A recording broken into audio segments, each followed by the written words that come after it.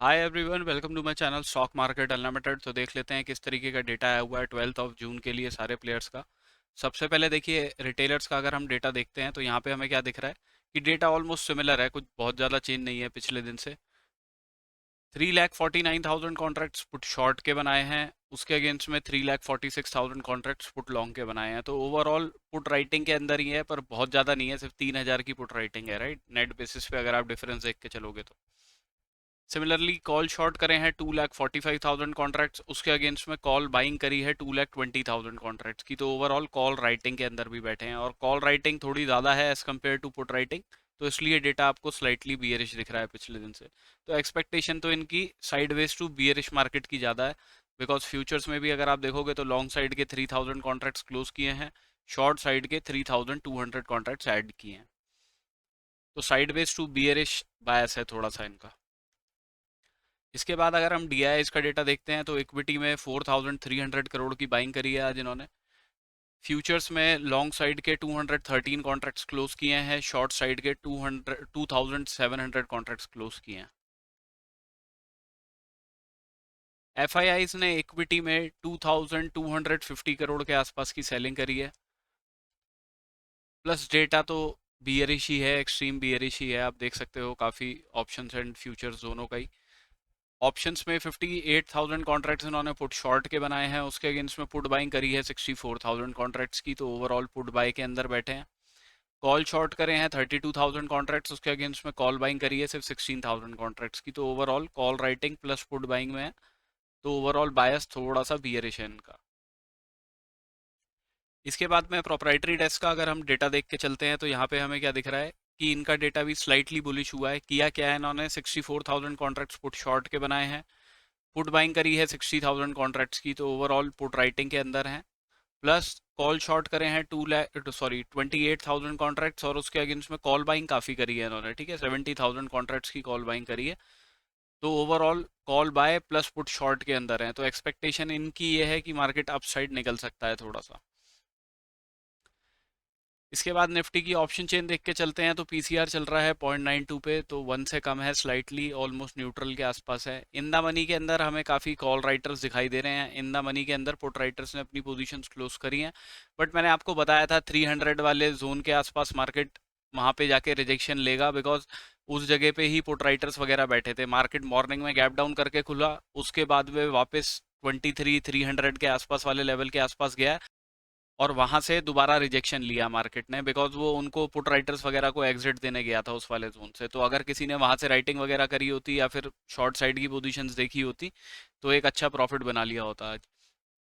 अभी करंटली अगर हम देखते हैं तो 23,000 प्लस 23,100 पे, ठीक है, हमें अच्छे पुट राइटर्स दिखाई दे रहे हैं। तो ये वाला लेवल ऑलमोस्ट आप मान के चलिए 23,000 23,050 वाला लेवल जो है वो एक अच्छे सपोर्ट का काम करेगा। अगर मार्केट 23,000 वाले लेवल को तोड़ता है तो फिर ये लोग अपनी पोजीशंस क्लोज करेंगे, ठीक है, और जिसकी वजह से लॉन्ग अनवाइंडिंग से आपको एक मूव मिल सकता है नीचे की साइड में अच्छा।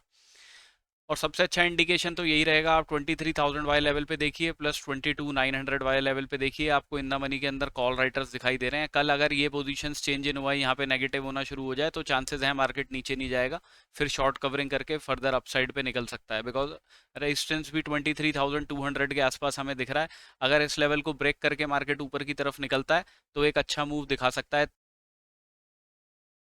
अभी अगर हम चार्ट्स पे देख लेते हैं तो मैंने आपको बताया था मार्केट के पास में ये वाले लेवल्स जो हैं वो सपोर्ट के हैं, इधर की साइड में, राइट, 23,120 के आसपास वाला लेवल और 100 के आसपास वाला लेवल।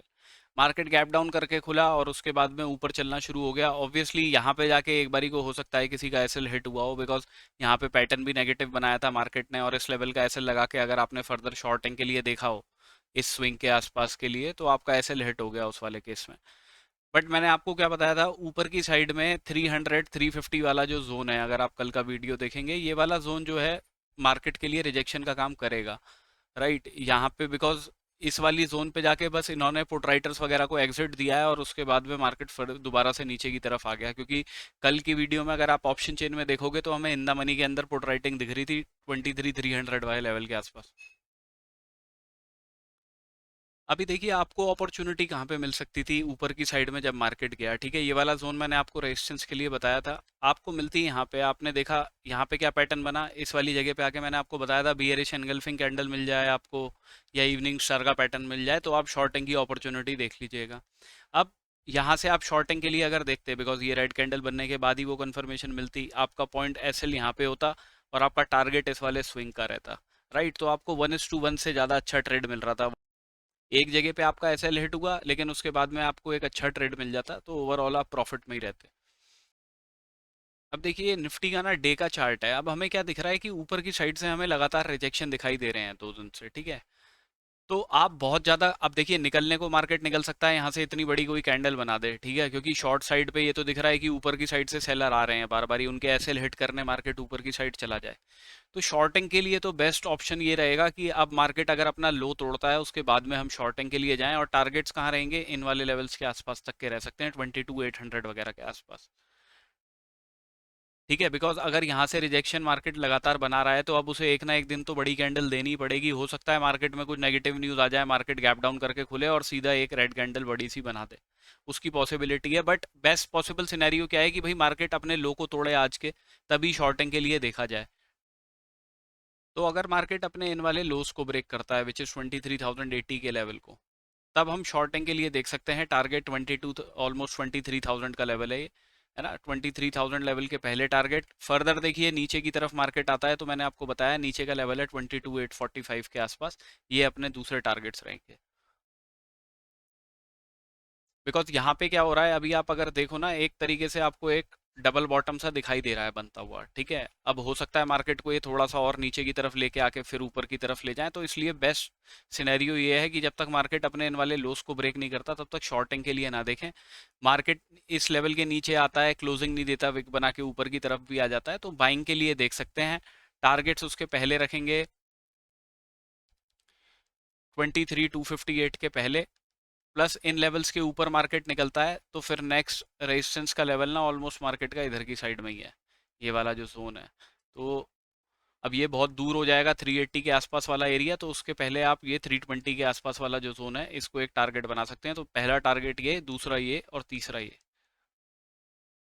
अगर मार्केट कोई गैप अप वगैरह करके खुल जाता है, सपोज कीजिए इस लेवल के आसपास 23,258 वगैरह के आसपास खुलता है, इस लेवल के ऊपर जाता है, क्लोजिंग नहीं देता है ना, विक बना के नीचे की तरफ ही आ जाता है, तो आप एक शॉर्टिंग के लिए देख सकते हैं। बट उसके लिए टारगेट आप अपने 23,186 के आसपास तक के ही रखिएगा, ये वाले लो, ये इन लोस के आसपास का एरिया, बिकॉज यहाँ से मार्केट दोबारा रिवर्सल दिखा के ऊपर की साइड में जा सकता है, ठीक है। मेन बियरिश पोजीशंस तो अब शॉर्ट साइड की इस लेवल के नीचे ही देखनी चाहिए, कि भाई मार्केट अगर इस लेवल को ब्रेक कर रहा है तभी शॉर्टिंग के लिए देखा जाए।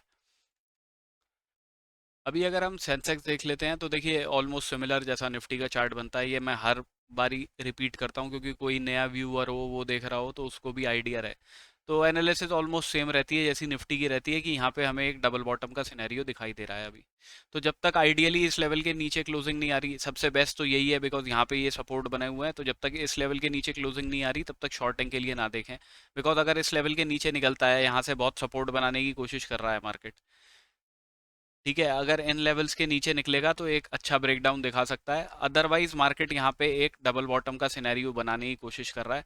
अगर मार्केट अपने इन लोस के नीचे जाता है 73, ये लेवल है आपका 73,734 का, इसके नीचे जाता है बट क्लोजिंग नहीं देता, विक बना के ऊपर की तरफ ही आ जाता है, तो हम बाइंग के लिए ही देखेंगे। टारगेट्स पहले रखेंगे 74,113 के, मैक्सिमम क्वांटिटी यही बुक करेंगे। इसके बाद का जो लेवल है वो ये जोन रहेगा, ये वाला, विच इज़ 74,400 का। और जैसा कि मैंने निफ्टी के अंदर भी बताया आपको, यहाँ पे आपको बियरिश एनगल्फिंग कैंडल दिखाई दी, आप यहाँ से शॉर्टिंग के लिए देख सकते थे। आज एक्सपायरी थी इसकी, तो अगर बेस्ट तो ये रहता आप अगले, अगर आप बायर हैं, बाइंग करते हैं, तो पुट बाइंग जो है आप नेक्स्ट एक्सपायरी की करते हैं, अदरवाइज राइटिंग करते हैं तो आप वो इस लेवल की कर सकते थे, इस लेवल का एसएल लगा के। टारगेट्स आपको यहाँ तक में मिल जाते हैं, अच्छा खासा प्रीमियम डे के पूरा ही जीरो कर दिया होगा उसे। मार्केट गैप अप करके खुलता है, इन लेवल्स के ऊपर जाता है, तो आप शॉर्टिंग के लिए यहाँ पे देख सकते हो। अब वो अगर पहली कैंडल में ही लगातार एक ही कैंडल में नीचे की तरफ आ गया तो उस केस में कोई अपॉर्चुनिटी एज सच बन नहीं पाएगी। बट अगर यहाँ पे कोई छोटी कैंडल बन जाती है जो इस लेवल का रिजेक्शन ले लेती है, तो आप शॉर्टिंग के लिए यहाँ तक के लिए देख सकते हो, बिकॉज यहाँ से रिवर्सल आ सकता है, ठीक है। तो उस केस में अगर रिवर्सल बना यहाँ पे, कोई आपको बुलिश पैटर्न दिखाई देता, आपको यहाँ पे अगर कोई बुलिश पैटर्न दिखाई देता है, बुलिश एनगल्फिंग दिख जाती है, मॉर्निंग स्टार का पैटर्न दिख जाता है, तो उस केस में आप बाइंग के लिए देख सकते हो। टारगेट फिर 74,300 तक के रखिएगा पहले। फर्दर तो देखिए शॉर्ट कवरिंग जनरेट होती है, तो फिर नेक्स्ट टारगेट आपके इधर 74,650 600 वाले जोन के आसपास तक के रहेंगे। नीचे अगर अपने इन वाले लोस को ब्रेक करता है मार्केट 73,453 वगैरह वाले लेवल को, तो अच्छा रहेगा कि एक रिट्रेसमेंट मिल जाए, उसके बाद में शॉर्टिंग के लिए देखा जाए, बिकॉज टारगेट्स ना फिर बड़े रहेंगे। अब ये थोड़ा दूर का लेवल हो जाता है, तो इसलिए पहले इससे पहले राउंड ऑफ नंबर थोड़ा 73,050 के आसपास आप पहला अपना टारगेट रखिएगा, और दूसरा टारगेट आपका 72,816 का रहेगा। अभी करंटली अगर हम गिफ्ट निफ्टी देख के चलते हैं तो 207 पे चल रहा है, हमारी क्लोजिंग 200 पे आई है, तो 7 पॉइंट के आसपास ऊपर ही है, थोड़ा सा पॉजिटिव ही है, नेगेटिव नहीं है। बैंक निफ्टी भी डिस्कस कर लेते हैं। तो देखिए बैंक निफ्टी ने ना अपना किधर वाली साइड से, यही आप अगर जोन देखो ना, कि यहाँ पे विक बना के रेजिस्टेंस ले रहा था, यहाँ से विक बना के रेजिस्टेंस लिया, फिर इस जगह खोला और यहीं से सपोर्ट लेके ऊपर की तरफ गया है, ठीक है। तो अगर मार्केट कहीं नीचे की साइड में मिलता है, तो ये वाला जोन मार्केट के लिए सपोर्ट का काम कर सकता है, 54,800 से लेके ऑलमोस्ट 54,900 950 के आसपास वाला। तो अगर कहीं मार्केट गैप डाउन करके खुलता है और नीचे की तरफ आता है, और यहाँ पे कोई बुलिश सिनेरियो दिखाता है, या फिर कुछ इस तरीके की बुलिश कैंडल वगैरह कुछ बना देता है, मतलब ये एकदम कंप्लीटली बुलिश नहीं कहूँगा, ये वाली कैंडल जो है, दूसरी वाली जो बनी है, इस तरीके की कोई कैंडल बना देता है, बुलिश एनगल्फिंग पैटर्न बना देता है कुछ, ठीक है, तो उस तरीके में आप यहाँ से बाइंग के लिए देख सकते हो। पहले टारगेट्स आप रखना 55,214 के, जो आज की क्लोजिंग वाला एरिया है। इसके बाद में नेक्स्ट लेवल जो आपका रहेगा वो रहेगा ये वाला, ये लेवल है 55,450 का। मार्केट कुछ गैप अप करके ही खुल जाता है, इस लेवल के ऊपर क्लोजिंग दे देता है, तो एक रिस्क लिया जा सकता है बाइंग के लिए कि भाई मार्केट यहाँ से फर्दर अपसाइड के लिए निकले। बट बेटर तो यही होगा, अगर इमिडिएटली कुछ इस तरीके की ग्रीन कैंडल बना रहा है, एक रिट्रेसमेंट दे, उसके बाद बाइंग के लिए देखें। टारगेट 55 ऑलमोस्ट 800 तक के रहेंगे उसके। 54,800 वगैरह वाले लेवल के नीचे ही क्लोज कर देता है मार्केट, तो एक रिट्रेसमेंट के बाद शॉर्टिंग के लिए देख सकते हैं। टारगेट 54,416 तक के रखेंगे उस केस में।